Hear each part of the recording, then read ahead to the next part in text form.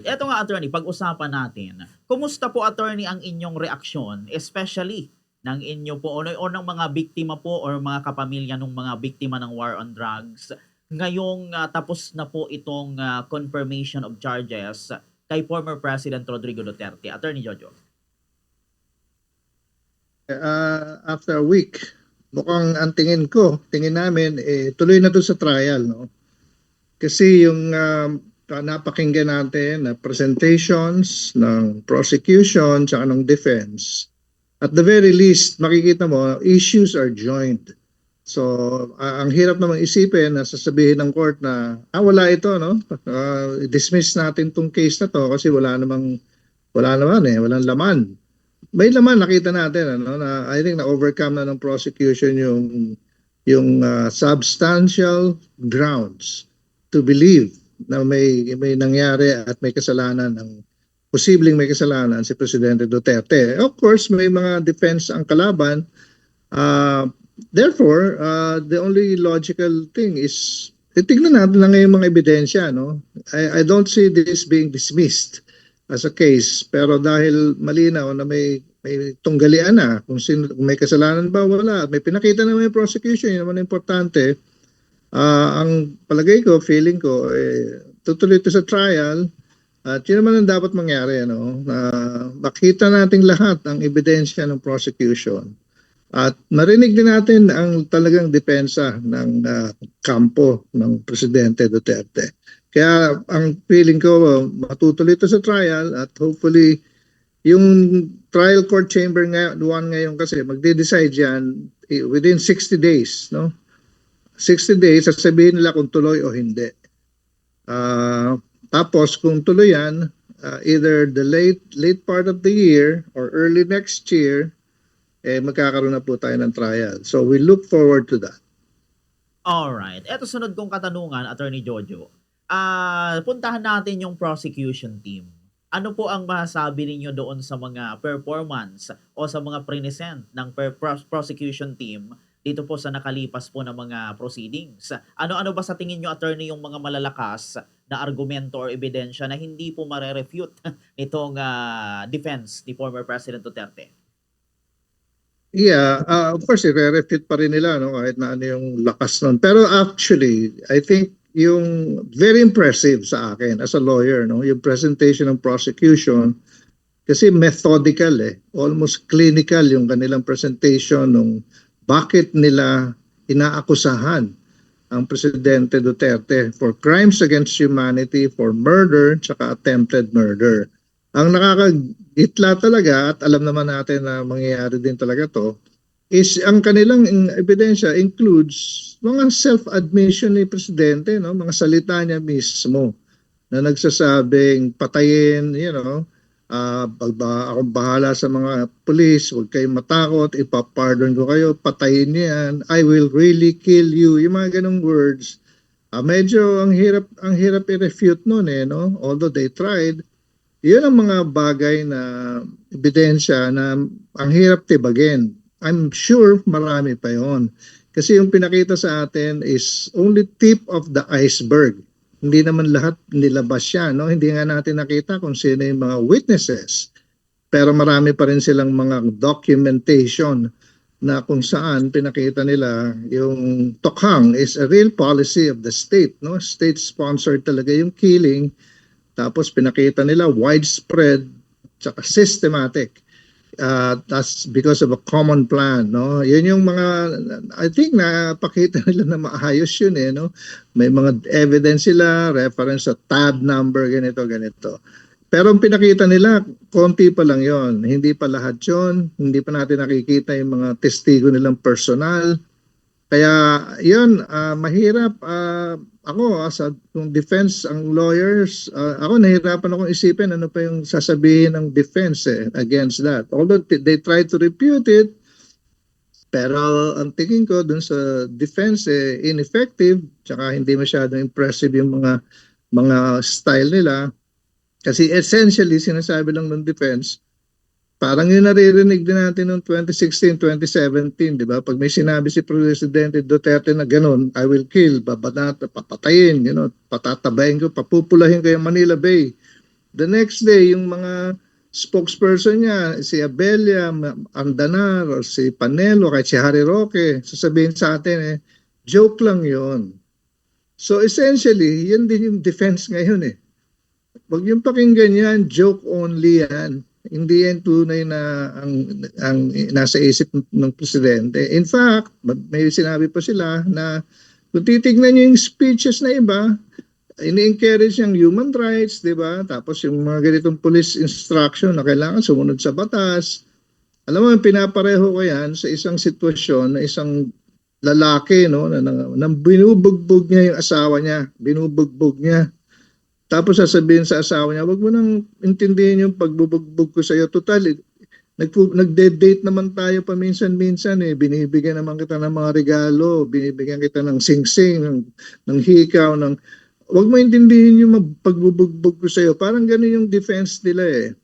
You cannot do that. Hindi yun effective. Basta ginawa mo yan, binubugbog mo yung asawa mo, kasalanan mo yan. Kahit na dinedate mo pa siya later on, binibigyan mo siya ng pera, or sa kanila parang nagiging palusot lang eh. Nasasabihin nila, hindi, sumunod kayo sa batas ah. Kasi ang tanong doon, kung talagang yun ang utos, bakit 3,000 pa rin ang namatay? In other words, sa paninig ng mga pulis, yun ang utos eh. Okay, hindi sila sumunod sa utos. Kung hindi sila sumunod sa utos, anong ginawa nyo dun sa sa mga pulis na pumatay ng 3,000? Kinulong nyo ba? Dinisiplina nyo ba? So yun yung klaseng defense na narinig natin na sa aking palagay, hindi yun effective. Okay po. Yun. So, ano naman attorney yung masasabi nyo? Doon pa rin sa statement naman ni ni Attorney Kaufman na parang sinisisi niya nga po yung presidente, si President Marcos Jr. Bakit nakulong si President Duterte dito sa ICC? And isa pa, yung attorney, yung parang hindi daw kasi pinakitang buo yung video nung speech na pinakita po nung mga prosecution team, Attorney Jojo. Kaya nga magkaka-trial eh, no? Sasabihin ng papakita na namin ng buo sa trial. Kasi ngayon, ano lang naman to is confirmation of charges. In other words, convincehin niyo lang yung pre-trial court chamber 1 ng ICC na meron kayong sustansya sa pag-aakusa nyo ng crimes against humanity. Pinakita nila yon. Siyempre, hindi nila papakita ng buo yun eh. Kasi yung schedule nga ngayon, 4 days lang, 3 hours a day lang nga, napakaikli. Ang trial talaga matagal din eh. They will have all the chances to actually see the whole video. So, yung paninisi naman ni Kaufman sa lahat na nagkasala, lahat na nagtulong-tulong, media, politiko, victims, pati buong mundo nagkasundo-sundo para sirain si Presidente Duterte. Paano ka naman maniniwala sa ganong defense, di ba? Everybody is wrong except President Duterte. That's not a defense. That is an excuse. Excuse lang si Kaufman. Sisisihin niya lahat. I can understand kasi lawyer siya, defense lawyer siya, no? Kailangan siyang kumita, 'di ba? And do everything he can.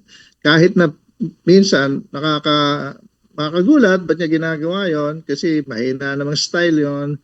In fact, in many of his defenses, sinabi nga ng prosecution din, no? Inamin niya na may tokhang eh. Inamin nila eh. Hindi naman nila matanggi yung 3,000 na namatay and more. Inamin nila eh. Ang sinasabi lang nila is legitimate yon o kaya self-defense yon. Paano kung maniniwala na 3,000 self-defense lahat, nanlaban lahat? So asan yung datos mo? Asan yung mga armas na ginamit dyan? Anong ginawa nyo sa investigasyon? Nagmeron bang investigasyon ng PNP sa lahat ng yan? Kasi dapat yun, required yun eh. You cannot just say that. Kailangan mo ng data, no? Para sabihin mo yon na minsan may sinasabi ng prosecution doon, inamin nyo eh. Except yung pagsasabi nyo na, ang defense na lang nila, positively, parang ang tawag na affirmative defense, self-defense. So, ang affirmative defenses kasi, kagaya ng self-defense, papatunayan mo yon. Hindi yun basta makikita lang at sasabihin na, nga, no? Papatunayan niya yun. Kaya in the course of denying at saying self-defense, they're admitting na may nangyaring tokhang. Hindi lang yun masama, legitimate yun. Ganyan din na Bombog Care. yung defense ni ni Senator Go tsaka ni Secretary Aguirre, 'di ba? Parang inamin naman nila eh. Talk lang, ang sabi lang nila, hindi kami kasama diyan. Pero yung tawag namin sa batas doon, pregnant, negative pregnant. In the process of your denying something, you're actually admitting something. So dinideny nila, wala silang kasalanan. In that process, okay, inaamin mong meron. Sinasabi mo lang, hindi ka kasama. Ganun basically yung defense nung defense ngayon. Kaya hindi masyadong malakas, hindi masyadong impressive. Kaya, but nag-defend sila, kaya ako tingin ko is dapat tumuloy sa trial para makita natin yung full-blown evidence ng prosecution. Alright, yun. Sa puntong ito, attorney, ibibigay ko naman sa akin pong katandem, kay Bombo Kim, ang tawag nito, ang spotlight para makapagtanong po sa inyo. Bombo Kim? Ayun, good morning po, Attorney Jojo. Bombo Kim Ramos po ulit ito and welcome ulit po dito sa ating programa. So, bale, Attorney Jojo, siguro dalawang katanungan lang sa akin, yun pa lang kasi yung napo-formulate ko, ano? So, una po, since 60 days ang itinakda ng ICC Pre-Trial Chamber 1 para nga dito sa mahintay bago magkaroon ng decision itong kung magpuproceed ba tayo sa full trial itong kaso ni former President Rodrigo Duterte, may possibility po ba, Attorney Jojo, na ma-extend itong 60 days and kumbagay maulit na naman yung sitwasyon na itong kampo ni former President Duterte ay mag-apela na siguro magkaroon ng interim release or any appeals within the 60 days po na period, Attorney? Well, they're trying, no? Pero I don't think may enough reason, a valid reason kung hindi ba parang hindi ko makita madedelay pa yan, no? Kasi kung may appeal man sila on detention, okay naman na sabihin ng court, sige, tignan natin ng ibang usapan naman yun no? Yung release o hindi release. Kasi yung release o hindi release, ma-release man siya, kung na-confirm yung charges, tuloy pa rin yung trial. So, wala namang masyadong connection sa decision na iniintay natin in the next 60 days. So, actually, to be fair, tatlong possibility ng decision sa 60 days. One, i-confirm lahat ng charges. O, tuloy natin to, ituloy na. Itong titignan natin. Okay sabihin talaga nila, hindi, wala ito. Tapos lang kaso, palayain na yan si Duterte, pwede yun. Pero sa tingin ko, malayong mangyari yun. At yung pangatlo, sabihin niya, hindi, ito lang confirm namin, 1 or 2 of the counts, or paliwanag niyo po nga, prosecution, kung bakit pa namin kailangan i-trial. Yun ang possible na mag-extend, no? Kapag nagsabi ang court na sa prosecution, pwede bang ipaliwanag niyo pa ito ulit? So, ang tingin ko, malabong mangyari din yun no? Kasi malinaw naman yung presentation ng prosecution, but it could happen, it's a possibility, pero the real possible probable situation matuloy sa trial. Yun ang aking calculation, and of course we're expecting and hoping na gano'n na nga mangyari. Yung attorney, siguro hindi naman natin hiningi, pero what if po kasi dumating sa situation na kasi since tatlong possibility, mapunta doon sa good as dismissed yung possibility. Or siguro man nag-proceed sa full trial pero kumbagay pumabor sa kumbagay kampo ni former President Duterte. May chance po ba na kumbagay mag-submit ng motion ang prosecution para kumbagay i-revisit ng uupong bench dyan sa ICC yung kaso para kumbagay pakinggan muli sila? I think may may appeal yun no? Hindi ko lang alam kung sinasabi mo innocent ang not guilty, for example, ang decision. Yun yung main trial chamber na yun, hindi na itong pre-trial, no? Kasi dalawang chamber siya, magkaiba yun Yung pre-trial kasi matatapos na yung trabaho nila pag nag-decide na sila na ituloy na yung kaso. Yun lang naman ang trabaho nila. Tutuloy ba to o hindi? Tapos pag tinuloy yung kaso, magkakaroon ng trial. Doon na maglilitis, siyempre, innocent, guilty, yun ang magiging decision ng may mga legal procedures kung anong dapat gawin kung hindi ka happy dun sa decision. Pero yung trial kasi pa yon, we'll go there when we'll cross the bridge when we get there kasi mahaba-haba din ang trial no. Yung trial sa ICC nag-average din ng mga 5 taon 6 na taon. So maraming pwede mangyari, and then mahirap lang isipin pero maraming posibilidad, no? Kaya kami, day to day, titignan natin, ang importante dito, tumuloy ang hustisya. At ang plano ng aming grupo, hindi lang naman, kung hindi man magdawagi sa, at marami pa kasing generals na hindi nasasama sa ICC kasi 8 lang yung pinili nila na posible na kasuhan, but hindi pa natin alam kung kakasuhan nila yung co-perpetrators, no, yung 8. Hindi nga natin alam kung may wala pang warrant of arrest. So hindi pa sila kasama sa kaso. Pero it doesn't mean kung hindi sila makasama sa kaso, pati yung mga ibang general, dapat tumigil na tayo. Kasi dapat maghanap din tayo ng hustisya kahit dito sa Pilipinas. Ituloy-tuloy natin to. Hindi madali. Alam nating mahirap. Kasi as of this time, wala pang kaso kahit kanino dyan sa mga big shot na kasama dyan sa tokhang na yan. Kaya ang hirap humanap ng hustisya rito. Kaya nasa sa ICC tayo kasi sa ICC at least gumugulong yung kaso. So nandito, hindi gugulong ang kaso rito kasi hawak nila no? Lalo na mag-e-election pa. 2028, marami yan umaasa na manalo na ulit ang mga Duterte. Pag nanalo sila, malamang-lamang balik tayo sa dating gawi. Kaya yun ang natin, marami pa tayong dapat tignan, lalo na sa mga biktima. Kasi biktima sila kailangan nila ng hustisya. Hindi naman pwedeng sabihin na kalimutan nyo na yan. Total, mahihirap naman kayo Kawawa naman sila So takot sila ngayon in fact. At every step tinitingnan nila, ano ba to may pag-asa ba kami rito?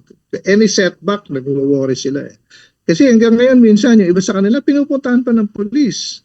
At pinapakitaan pa ng konting aggressiveness, harassment ng konti. Kaya natatakot sila At sila, it's not like you and me, no? Hindi wala tayo sa sapatos nila no? Yung takot nila, totoo yun which we cannot understand kasi wala tayo sa sapatos nila. Pero konting galaw lang ng gobyerno against them, takot sila. At imagine, namatayan sila, pinatay yung kamag-anak nila, mahal nila sa buhay ng walang kalaban-laban. Pwedeng ulitin yun ng gobyerno. Kung gano'n ang mentality nila. Kaya tayo dapat tumulong at tinutulungan namin sila na makimit natin yung ultimate justice sa mga nangyari ng 6 years na yon sa kadiliman. Sabi ko nga, ngayon parang bukang liwayway na. Dawn is breaking, nakakita na ng araw, pero hindi pa tindig yung araw ng hustisya. So, we're still working for that. At sana gano'n ang mangyari at matapos pag natapos ng mga kaso na to. Siguro Attorney Jojo, last question na lang po. Tanungin ko na rin yung take niyo dito. In case man po, siguro sabihin natin na good as dismissed yung kaso kontra dito kay former President Duterte and sabihin natin makabalik siya sa Pilipinas. Nabanggit niyo naman po yung initial pero baka may perspective pa kayo. Ano po yung nakikita ninyo magiging situation sa kumbaga political landscape natin dito sa Pilipinas in case man po na kumbaga pumabor sa kampo ni former President Duterte yung ICC? Balik tayo sa dati. Gusto ba natin bumalik dun sa dating gano'n? Pag nanalo na naman sila sa 2028, malamang-lamang gano'n na naman tayo no? Confidential funds, patayan, killing na hindi natin mapanagot at masyadong maraming kinakawawa. Yun ba, ako, I can't wrap my mind around that scenario.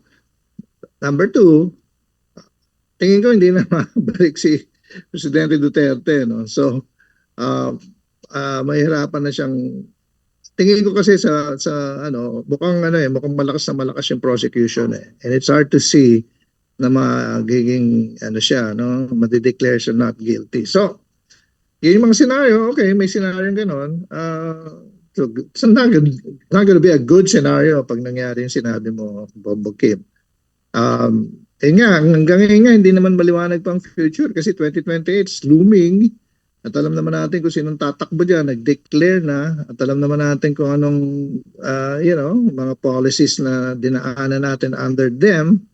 Yan ang hindi na malayong mag-isip kung anong mangyayari kapag bumalik ang ganong klase ng pamumuno sa ating bansa. Alright, yun. Ito, balik sa akin, attorney, si Bombo Kier. Ito, attorney, mga karagdagan ko lang na katanungan. Ngayon, attorney, natapos na itong confirmation of charges hearing. Ano na ngayon, attorney, yung inyo pong next na move o mga susunod na hakbang, especially ng prosecution team? Or ano pa yung mga aasahan namin sa prosecution team, sa inyo po, ngayong pagpumunta na po sa mismong trial itong kaso po ni former President Duterte, Attorney? Of course, maghihintay tayo, no? That's mainly what we're going to do. Hintayin natin yung pagbaba ng desisyon. Pero in the meantime, actually, tama yung tanong mo naman, maganda rin.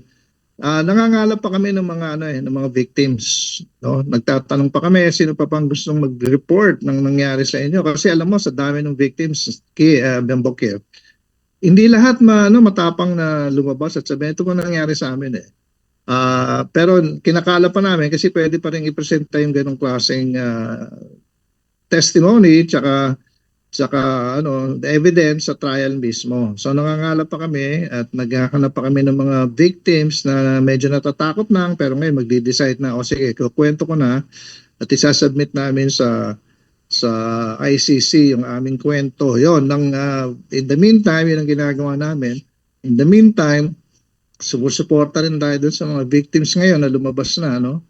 Tinutulungan natin sila maintindihan ang mga nangyayari at konting lakas ng loob. Marami sa kanila hindi pa masyadong buo ang loob, pero marami talaga na matatapang din, mabuo ang loob at lalaban na dahil sa mga nangyari sa kanya. So yun yung parang ginagawa natin.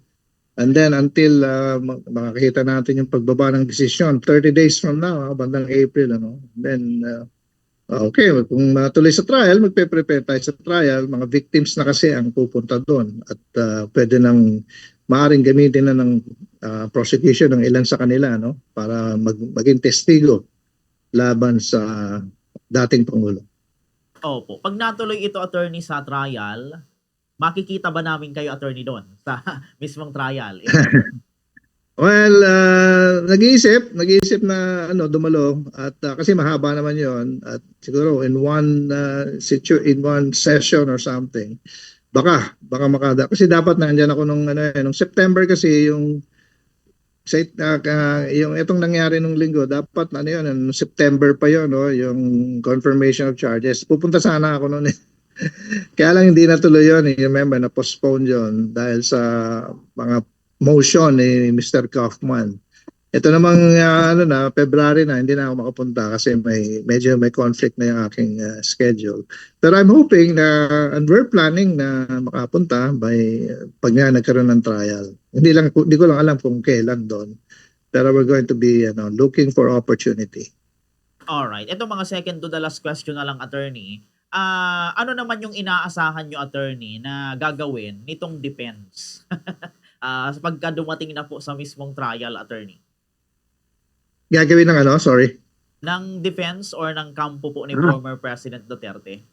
Well, they better prepare very well for it. I'm sure, ang problema lang siguro, kasi kung napapanood mo si Mr. Kaufman, yung kanyang mga sinasabi ron, marami doon kasi hindi naman pakikinggan ng court yun no? Yun ang audience niya, main audience niya. Pero mga sinabi niya, hindi lulusot yun sa court Yung mga sinisisi niya lahat, politiko, etc. Media. Ang audience din kasi niya, local no? Yung mga Duterte supporters, hindi nang kinakausap niya doon habang nagpe-present siya. No? May mga 6 na lawyers na nanonood sa kanya sa public gallery. Of course, yung mga Duterte family, he's performing for them as well. Of course, he's a lawyer. I'm a lawyer. He has to earn his keep. So I'm sure magpe-prepare sila. And I'm sure, alam mo, yung positive spin nila pag in-interview sila, Sec Panelo, Delgra, yung mga kasama nila doon. Positive spin, di ba? Oo, ang galing. Sila Bello. I'm sure hindi sila natuwa sa performance ni Kaufman. Considering sabi nila na kung gaano kalaki yata yung, hindi ko alam specifically, yung siyempre binabayad mo dun sa napakamahal na lawyer. Who knows, baka magkaroon sila ng adjustment dyan. But I'm sure maghahanap sila ng defense na mas effective. Kasi mga binitawan ni Kaufman, parang yun na yun Parang wala na silang pwedeng ipakita pang iba Lahat na nung sinabi nila, yun na yung hawak nila. Yung sabi nga ni Attorney Nery Colmenares, they're clutching at straws.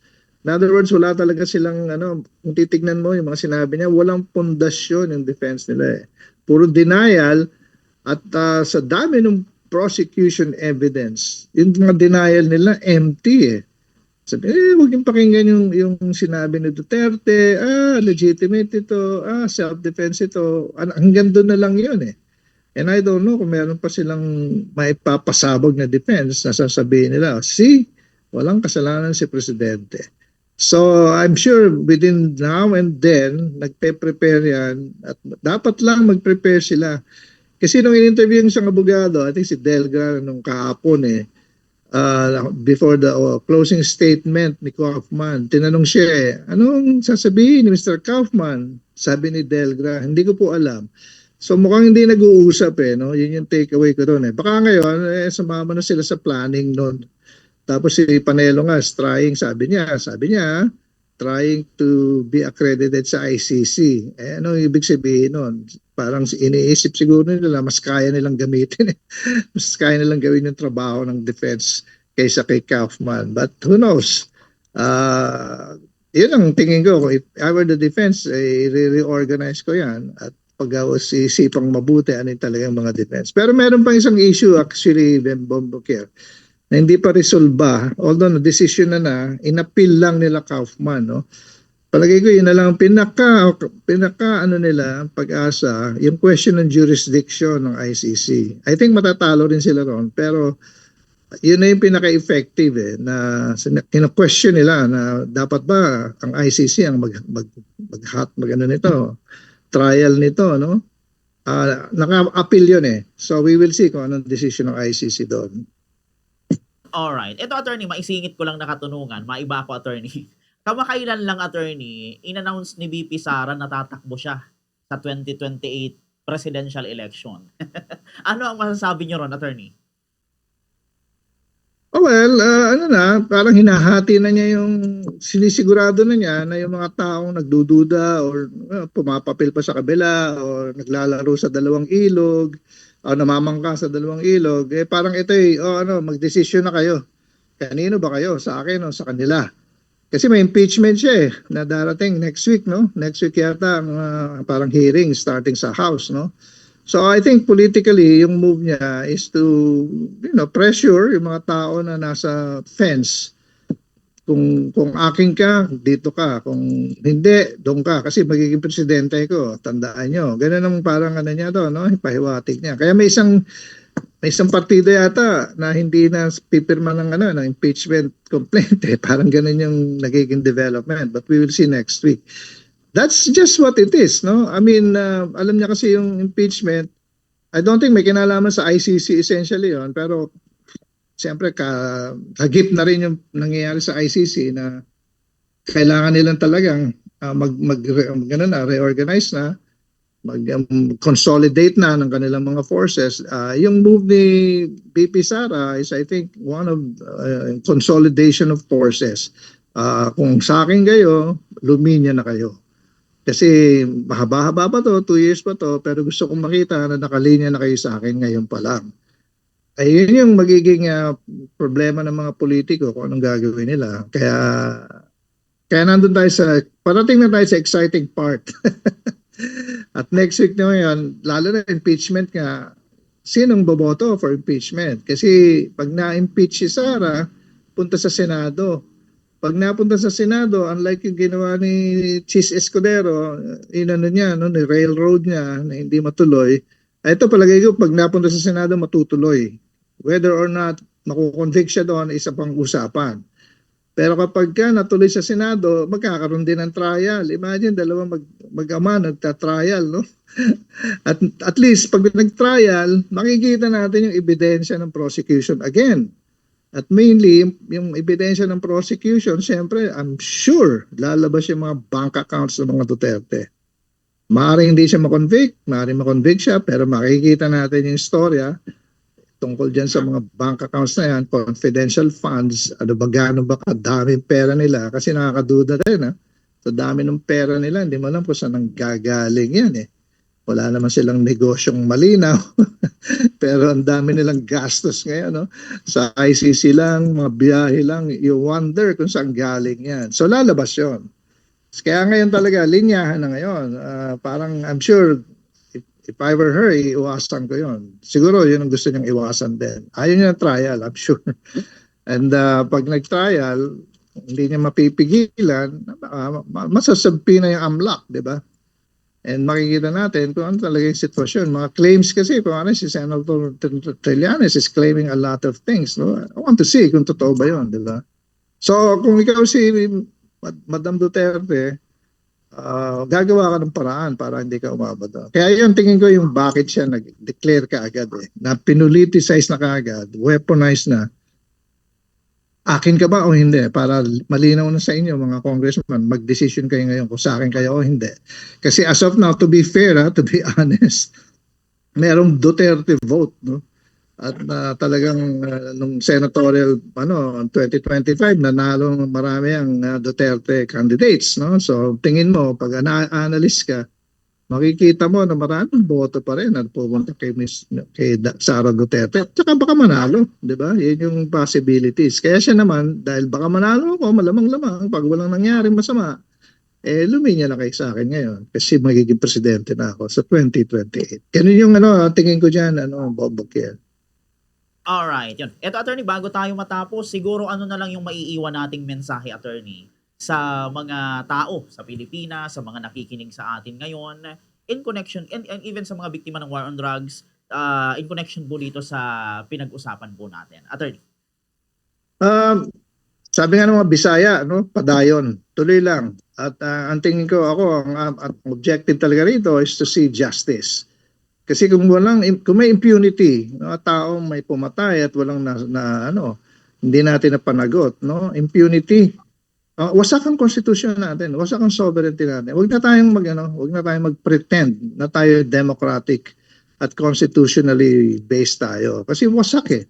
Kaya nga sa akin, disingenuous yung mga sinasabi ni Senator Lacson na tsaka yung minority bloc na kailangan dumaan lahat sa mga Pinoy na arestuhin. Bakit? Clearly, pinoprotektahan lang nila si Senator Bongo tsaka si Senator Bato. Pero sasabihin nila, hindi, kinoprotektahan namin ang konstitusyon.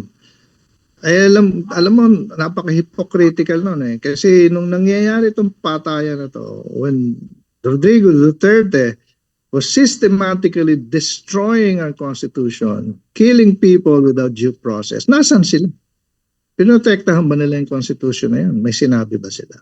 So for us ngayon, sabi ko nga, nakikita na natin konti ang bukang liwayway, hindi pa po yan tindig na araw ng hustisya, yun po ang gusto nating mangyari. Hindi pwedeng namatay ang 20,000 Pilipinos at wala tayong magawa bilang isang sistema, isang gobyerno, at lahat ng pumatay wala nang nangyari. Except for a few. May na-convict kay Kian de los Santos, pero konting-konti.